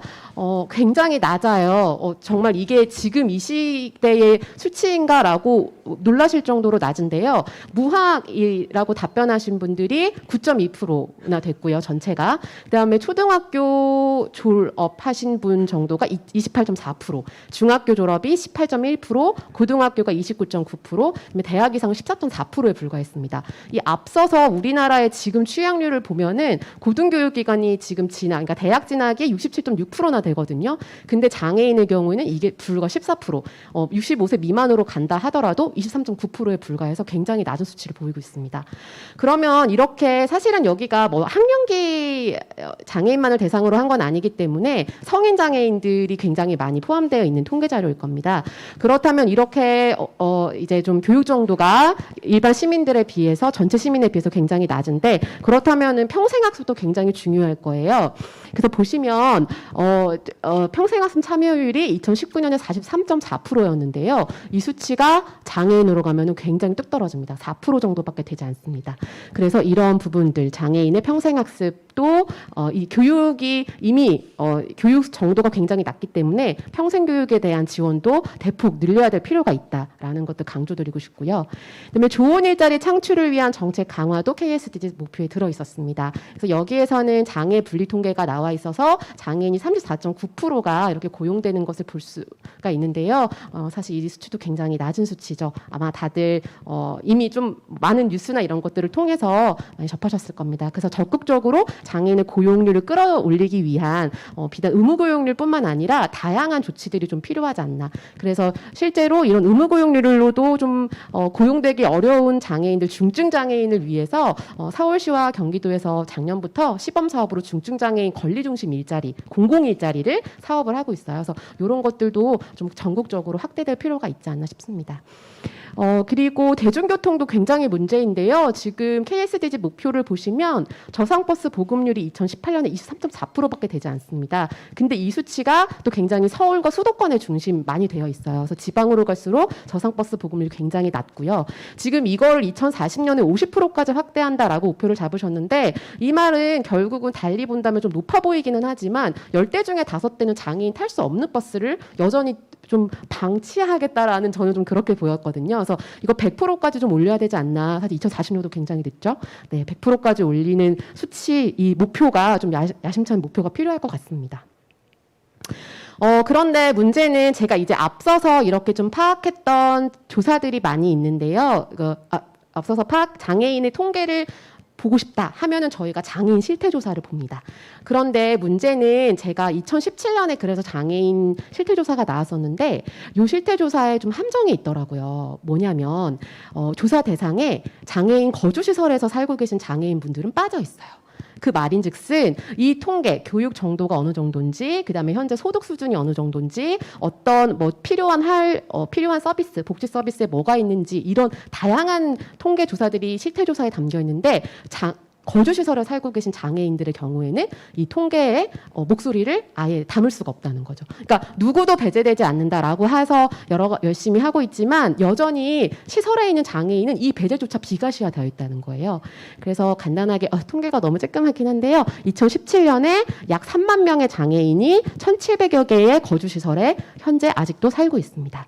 그래서 저희가 정말 누구도 배제되지 않는 세상, 장애 등급제가 폐지된 지 2년이 되었다고 하는 2021년 7월 1일 오늘 제가 좀 간곡하게 같이 고민해 주시고 함께 힘을 모아주시기를 바라는 것은 정말 누구도 배제되지 않는 세상을 만들기 위해서는 장애인의 권리 중심, 어떤 권리를 보장하는 권리보장법 저희가 제정운동하고 있고요. 또 탈시설 지원법도 저희가 제정운동을 하고 있어요. 이 두 가지가 함께 힘있게 저희가 제정되고 그렇게 어떤 법률적 또 국가 체계적인 인프라가 마련이 되어야 되지 않을까 싶습니다. 네, 여기까지 발제 마무리하도록 하겠습니다. 감사합니다. 네, 감사합니다. 최한별 사무국장님 잘 들었고요. 특히 우리 장애인들에 대한 여러 가지 문제점을 통계를 동원해서 잘 설명해 주셨습니다. 감사드립니다. 자, 오늘 마지막 토론자 모시겠습니다. 김춘희 환경운동연합 사무총장님 모시고요. 녹색경제 전환을 중심으로라는 아마 오늘 대표 주제와 가장 부합하는 그런 주제를 갖고 설명하실 것 같습니다. 안녕하십니까, 김춘희입니다. 반갑습니다. 저는 오늘 녹색경제 전환을 중심으로 짧게 발표드리도록 하겠습니다. 네, 왜 녹색전환이고 탄소중립인가를 제가 한번 써봤습니다. 아까 우리 영상에도 나왔지만 2019년도 유행했던 텀이 멸종저항이잖아요. 멸종저항. 결국 우리가 녹색전환을 해야 되고 탄소중립을 해야 되는 이유는 멸종을 멸하기 위해서입니다. 멸종을 멸한다는 것은 결국은 인류의 행복을 위해서죠. 미국에 있는 전 세계적 많은 학자들이 조사를 했는데 전 세계적으로 육지에 척추동물 500종 이상이 멸종 기전에 있거든요. 왜 그들이 멸종하냐? 바로 우리 인간의 행위 때문에 멸종하고 있는 겁니다. 근데 이들이 사라지면 우리는 행복할까요? 이들이 있어야지 우리에게 편익도 오는 겁니다. 그래서 우리는 녹색전환을 해야 되는 거죠. 그리고 또 지금 탄소중립이나 이런 말 굉장히 유행하는데 이런 말들이 과연 가치나 철학입니까? 아닙니다. 이거는 그냥 새로운 경제 질서입니다. 새로운 경제 질서고 전 세계 무역에서 탄소라는 새로운 기준이 등장했습니다. 이 예를 보면은 탄소 국경 조정제도, 탄소 발자국, 아리백 이런 것들이 지금 굉장히 유행하는 텀이 됐는데 이런 것들은 지금 기업이든 시민이든 정부든 탄소 중립하지 않으면 살 수 없다라는 것들을 말할 수 있습니다. 제가 안산의 동양피스톤 노동자를 방문했었거든요. 제가 갔던 이유는 사실은 폐기물 때문이었어요. 폐기물 때문이었는데 그들이 저한테 말하기를 기후위기, 탄소 중립 얘기를 하면서 그들이 계약한 회사가 독일 기업인데 그들이 향후 3년 이후부터 새롭게 계약되는 모든 물품들은 탄소 중립을 하지 않은 물품은 받을 수가 없다라고 말을 했다고 합니다. 그러면서 탄소 중립 얘기를 노동자로부터 얘기를 들었을 때 무지 깜짝 놀랐습니다. 그때. 저희가 바이러스를 아까 팬데믹 얘기는 하지 말라 그래서 바이러스를 저희가 지금 이제 교훈이 되게 많죠. 되게 많은데 영상에서 보이고 있는 것들은 낙동강에 어제 올라온 사진인데요. 낙동강에 지금 우리가 4대강 때 볼을 8개를 만들었잖아요. 8개를 만들었는데 그 아래 하류에 있는 댐들 2개입니다. 합천 하만보, 창녕 하만보 이런 데인데 여기서 지금 드디어 이렇게 지금 녹조가 수문을 개방하지 않았기 때문에 4대강 보건술로 인한 엄청난 녹조가 지금 발발하고 있습니다. 결국은 우리가 바이러스를 가졌던 이유는 뭡니까? 생물 다양성을 파괴하고 토지용 패턴을 단일화시켰고 했기 때문인 거죠. 그래서 사실상 다양한 생물종이 있으면 단일 병원체가 전체적으로 확산되는 것이 방지가 됩니다. 그리고 지금 모든 지금 발생 중인 감염 질병의 75%가 사람과 야생동물 간에 전염되고 있거든요.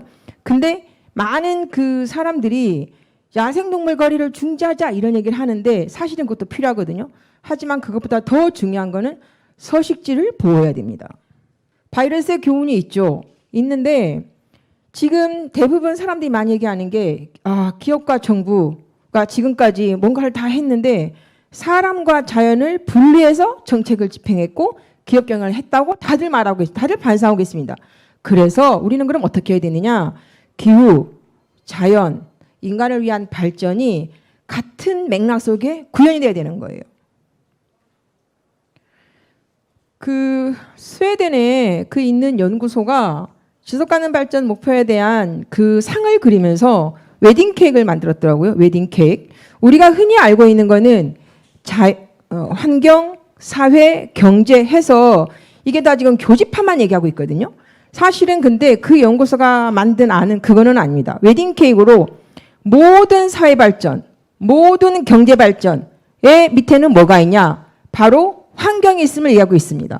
그래서 맨 밑에 바이오스페어가 있고 그 위에 사회 발전이 있고 그 위에 경제 발전이 있고 이런 식으로 지금 웨딩 케이크를 만들어내고 있습니다. 그래서 결국은 모든 발전의 기본에는 환경이 있고 자연이 있다는 것들을 말씀드리고 있습니다.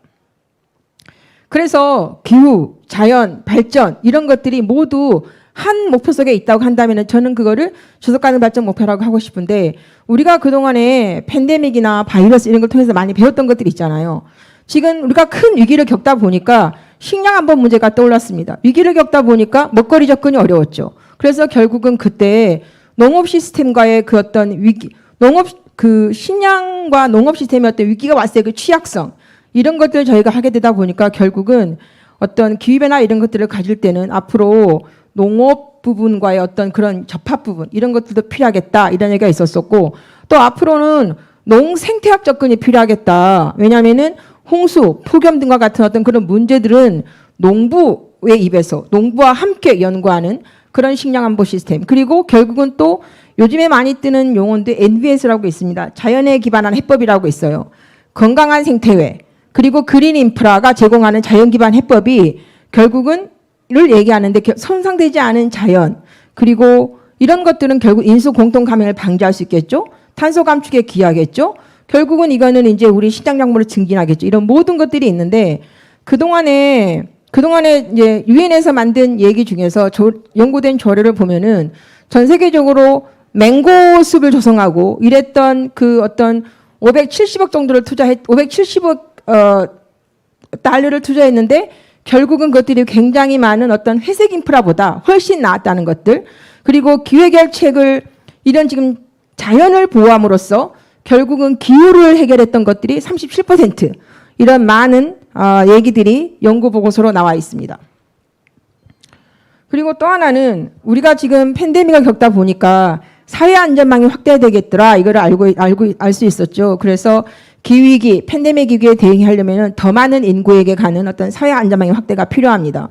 재해 예방도 필요합니다. 재해 예방. 그래서 이 재해를 예방을 하기 위해서는 피해를 줄이기 위해서 디지털 기술이나 재원 메커니즘 이런 것들이 도달이 돼야 되는데 누구한테 가야 되냐라고 하면은 가장 끝점에 있는 사람들. 그러니까 그걸 라스트 마일이라고 하던데 라스트 마일 커뮤니티라고 하던데 가장 그 서비스의 끝점에 있는 사람들, 가장 취약 그룹들 이들에게 가야 됩니다. 그래서 우리나라 자료를 한번 찾아보랬더니 전부 연탄 제공하고 기업주하고 그 쪽방에 계시는 분들이 다 사진 찍고 이런 것만 해서 저 찾을 수가 없었어요. 그래서 제가 지금 저기 있는 사진은 아프리카에 있는 여성들이 직접 그들이 여성 그 앙뚜르 부녀들인데 그들이 직접적으로 태양광이나 태양 에너지 이런 것들을 사업하면서 자기들이 건강도 도모하고 자기들이 교육도 도모하고 이런 사진입니다.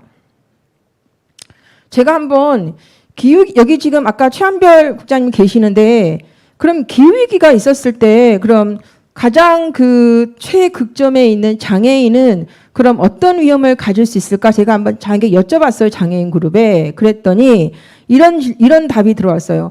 이상기후 발생 대응 능력이 일반적으로 취약한 터이다 보니 더 위험에 처하겠죠. 그래서 기후재난이 발생하면은 구호 물품을 이제 낙하를 시킬 텐데 비장애인들은 달려가서 구호품을 받아가는데 그래도 아수라장이죠. 그렇지만 휠체어 장애인은 그 경쟁에서 밀릴 수밖에 없다. 이런 얘기를 했고 또 고전상이나 한파 시에 장애인은 더더욱 사회적 활동이 제한되는데 그래서 집에 머물 시간이 많게 되겠죠.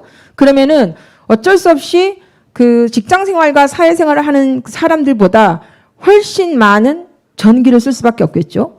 그러면은 그런 어떤 전기 사용료, 가스요금 사용료 이런 것들이 폭탄 명세세를 받을 수 있다라는 얘기가 들어왔습니다.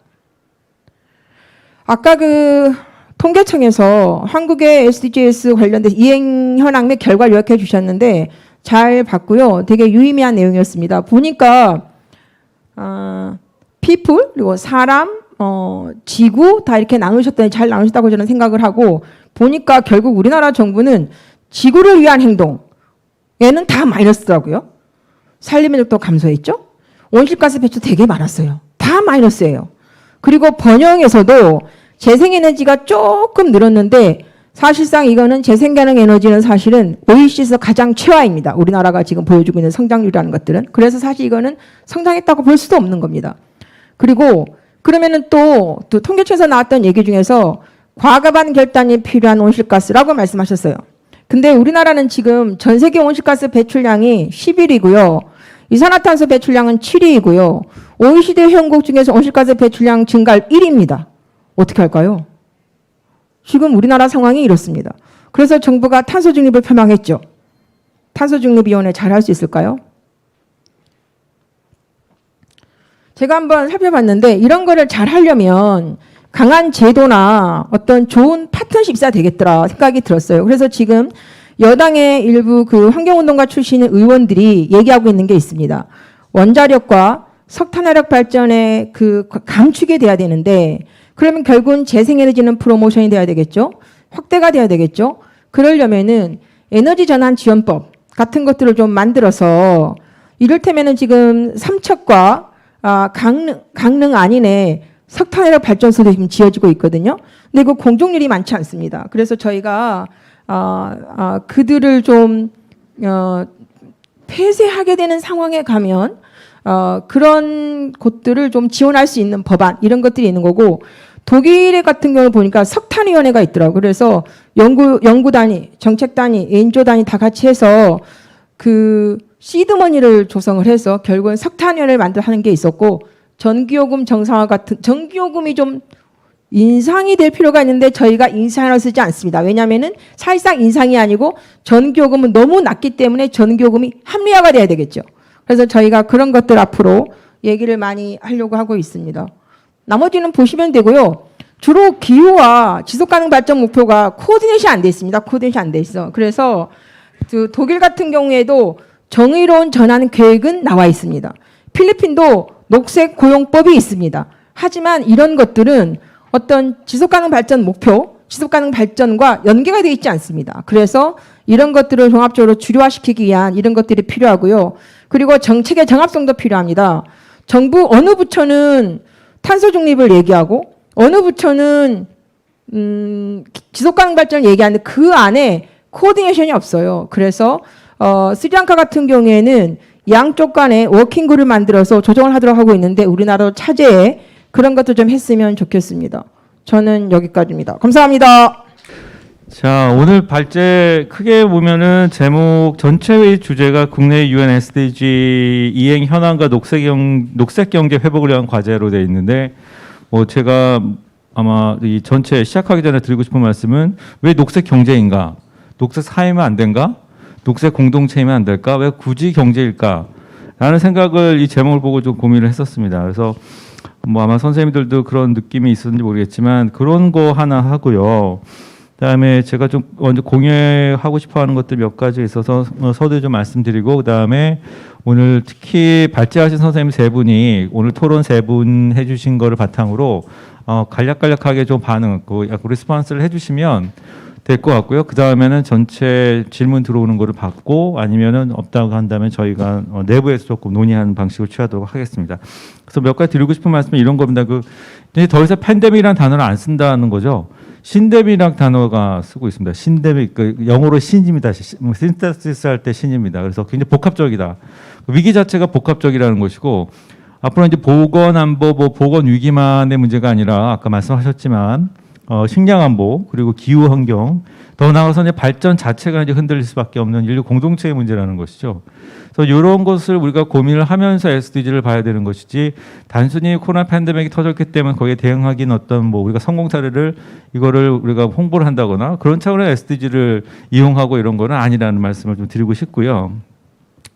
또 하나 공통적으로 제가 드리고 싶은 말씀은 저희 아까 SDG 얘기했고 VNR 준비해야 된다 얘기했고 그리고 SDG 이행이 국내적으로는 지금 지속가능발전위원회가 있는데 모르겠습니다. 이게 환경부 산하에 있어서 과연 이게 그 더 이상 뭐 지속가능발전이라는 것이 환경 문제에 국한되지는 않거든요. 경제도 들어오고 평화 안보 모든 국정과제가 다 들어오기 때문에 이런 부분들이 계속 개선하자는 얘기는 나왔음에도 불구하고 아직까지는 뚜렷하게 그 방향성이 보이지고 있지 않아서 앞으로 어떤 방향으로 가는 게 좋을 것인지 이런 것도 좀 고민해서 답변들을 좀 해주시면 좋을 것 같습니다. 자, 그러면 아까 제가 말씀드린 대로 아직 지금 그 온라인상에 질문들이 없기 때문에 세 분의 아까 발제하신 선생님들 이제 이규호 사무관님 그리고 박영실 사무관님 그다음에 조현수 과장님 뭐 간단하게 아까 발제하신 선생님들 그 내용을 가지고 뭐 더 코멘트를 해주셔도 되고요. 아니면 제가 지금 드린 말씀을 토대로 말씀하셔도 됩니다. 한 2, 3분 정도 짧게 하시면 될 것 같습니다. 네, 알겠습니다. 우선 발제해 주신 분들의 뭐 이야기를 좀 보면 경제적인 측면, 그다음에 장애인, 이건 SDG 10번 불평등과 좀 관련이 있는 것 같고요. 기후 관련된 이야기도 해주셨는데 요즘 가장 SDG 관련해서 가장 이슈가 되고 있는 목표들에 대해서 우리나라의 상황 내에서 좀 잘 말씀해 주셔서 감사하다는 말씀 드리고 특히 그 정부 부처 간의 정책을 좀 조정할 필요가 있다라는 말씀을 해주셨는데 그 부분에 대해서는 깊이 공감을 하고 있고요. 특히 뭐 환경부라든지 통계청과 저희 외교부가 계속 긴밀히 좀 협의를 하면서 그러니까 정책들을 좀 조정해 나갈 수 있도록 특히 뭐 실무 차원에서라도 좀 조정을 먼저 좀 깊이 해 나갈 수 있도록 네, 노력하도록 하겠습니다. 감사합니다.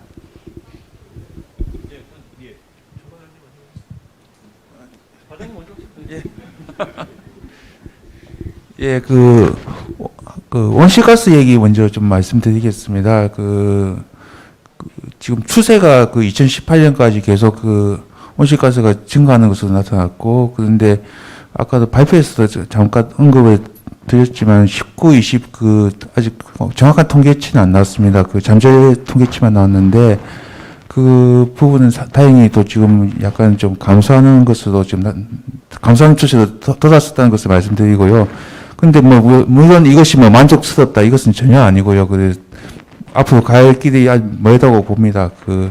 그래서 보다 그 탄소 중립을 위한 그 노력이 배가 돼야 되지 않나 그렇게 보고 있습니다. 그리고 그 지속가능 발전 그 위원회에 대해서 좀 드려야 될 것 같습니다. 아까 사회자께서도 언급하신 바와 같이 그 지속가능 발전 위원회가 환경부 산하에 있는 것이 맞지 않다.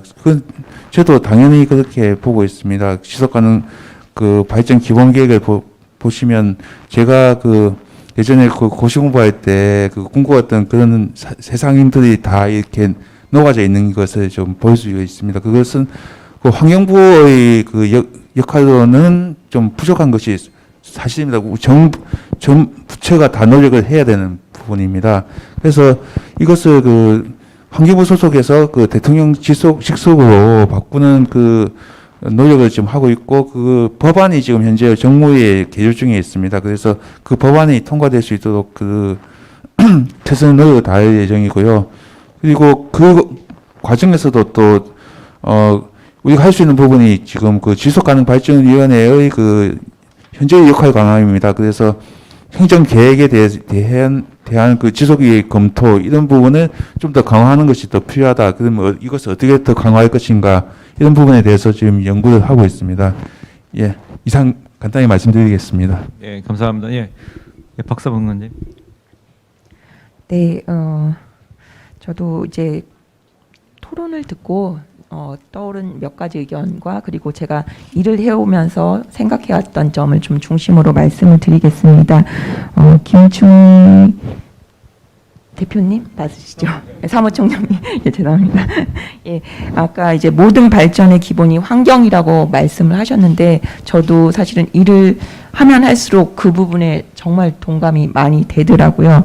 그래서 사실 아까 이제 그 사회자님이랑 지금 이제 환경부 과장님께서 지속가능 발전위원회의 역할에 대해서 말씀을 하셨는데, 예, 물론 이제 지속가능 발전법 개정이 잘 이루어져서 국조실 이상으로 가서 이제 전 부처를 잘 조정할 수 있는 일이 잘 이렇게 마무리된다라고 하면 저는 최선으로 좋을 것 같아요. 근데 사실은 환경이 이만큼 중요하다라고 하면 환경부의 위상도 많이 강화돼야 되지 않을까, 그런 생각이 최근에 사실은 좀 많이 들더라고요. 그래서 환경부에서 그런 일들에 더 힘을 많이 좀 써주셨으면 좋겠다라는 생각이 들었고요. 그리고 오늘 그 대주제 중에 하나가 이제 소외 배제 뭐 이런 키워드잖아요. 그래서 통계청에서 일을 하면서 이와 관련된 부분은 항상 이제 데이터 세분화로 좀 직결이 되는 것 같습니다. 성, 연령, 소득, 장애, 이주 상태 등에 따라서 데이터를 세분화해서 보여줘야지 취약 집단의 현황을 좀 알 수가 있고 이들에 대한 정책 지원이 됨으로써 아무도 뒤처지지 않게 하는 그런 사회가 될 수 있다라는 부분을 지금 SDG에서도 계속 말하고 있기 때문에 저희도 그쪽 분야에 힘을 많이 쓰고 있습니다. 아까 이제 말씀도 잘 해주셨는데요. 근데 지금 데이터 세분화에 대한 인식들은 많이 이제 올라간 것 같아요. 아, 데이터를 세분화해서 보여줘야 된다라는 부분들은 이제 많이 공감을 하시는 것 같은데, 실제적으로 과연 어떻게 그러면 그들에 대한 데이터를 수집할 것인가, 그리고 수집된 데이터를 어떻게 해석할 것인가, 이 부분이 이제 이슈가 앞으로 되어야 되지 않을까라는 생각이 듭니다. 아까 장애 부분에서 말씀을 하셨지만 시설에 계신 분들이 이제 데이터에서 많이 배제가 되어 있잖아요. 그러니까 앞으로는 이런 수집 과정에 대해서 관심을 가져야 할 것이고요. 그리고 수집된 데이터가 과연 정말로 제대로 해석될 수 있는지 그 부분도 좀 신경을 많이 써야 될 것 같습니다. 그 시간이 조금 있다면 한마디만 좀 더 말씀을 드리고 싶은데, 그러니까 아마 이거는 한겨레 기사에 나왔던 거예요. 그러니까 이미 보신 분들도 계시겠지만 제록스라는 회사에서 퇴사율을 많이 걱정을 하면서 퇴직 퇴사율을 좀 줄이기 위해서 어떤 사람이 퇴직 가능성이 높은가라는 그런 조사를 AI를 통해서 좀 딥러닝을 해봤나 봐요. 그랬더니 직장과 그리고 직장에서 거주지가 먼 사람일수록 퇴직 가능성이 높다라는 결과가 나왔다라고 합니다. 그러면 사실은 제록스 입장에서는 사람을 채용할 때 근거리자들을 채용을 해야 될 텐데, 더 데이터를 들여다보니 거리가 먼 사람들은 저소득 가구였던 거였습니다. 그래서 실제적으로 그 결과들을 받아들이지 않았다라고 하는데, 앞으로는 이제 데이터 세분화를 넘어서 그 결과 해석에 앞으로 좀 집중해야 되지 않을까, 그런 생각을 갖고 있습니다. 감사합니다. 네, 너무 감사합니다. 저희 시간이 진짜 얼마 안 남았는데 그래도 그 나오신 토론자 선생님들한테 기회를 드려야 될 것 같아요. 지금 정부에서 그래서 일하시는 세 분이 나오셨으니까 각각의 지금 단체나 입장에서 어떤 그 가장 우리가 지금 시정해야 될 것 가장 중요한 것 하나 정도만 좀 얘기를 하시면 어떨까 싶은데요. SDG 관점에서 한 30초씩만 쓰시면 어떨까 싶어요. 네, 말씀 앞에 코멘트 해주신 것도 너무 감사드리고, 방금도 한번 말씀해 주셨지만 분리 통계 정말 꼭 필요할 것 같아요. 그래서 여러 가지 SDG 지표들 저희도 이제 장애계에서 그 이제 HLPF에 이제 내일 시민사회 보고서를 작성할 때 보면 장애 통계가 SDG 관점에서 굉장히 많이 누락되어 있고 찾기가 굉장히 어렵거든요. 그래서 이런 분리 통계가 좀 잘 구성이 될 수 있으면 좋을 것 같습니다. 네, 경실련 정호철 간사고요. 저는 세 분 중에 이제 환경부 쪽에 좀 이제 건의를 하고 싶은 게, 사실 요즘 이제 그 ESG가 정말 뜨고 있어요. ESG 하면은 기업들의 지속가능 개발 그 경영 보고서 요거를 참고를 해서 하죠. 근데 이게 좀 아이러니한 게 그 일을 누가 담당을 하냐면 산자부에서 하고 있어요. 그러다 보니까 전문성이 정말 많이 떨어지고 기업들 입맛에 정말 맞춰가고 있는데, 그런 부분은 환경부에서 조금 더 챙겨줬으면 감사하겠습니다.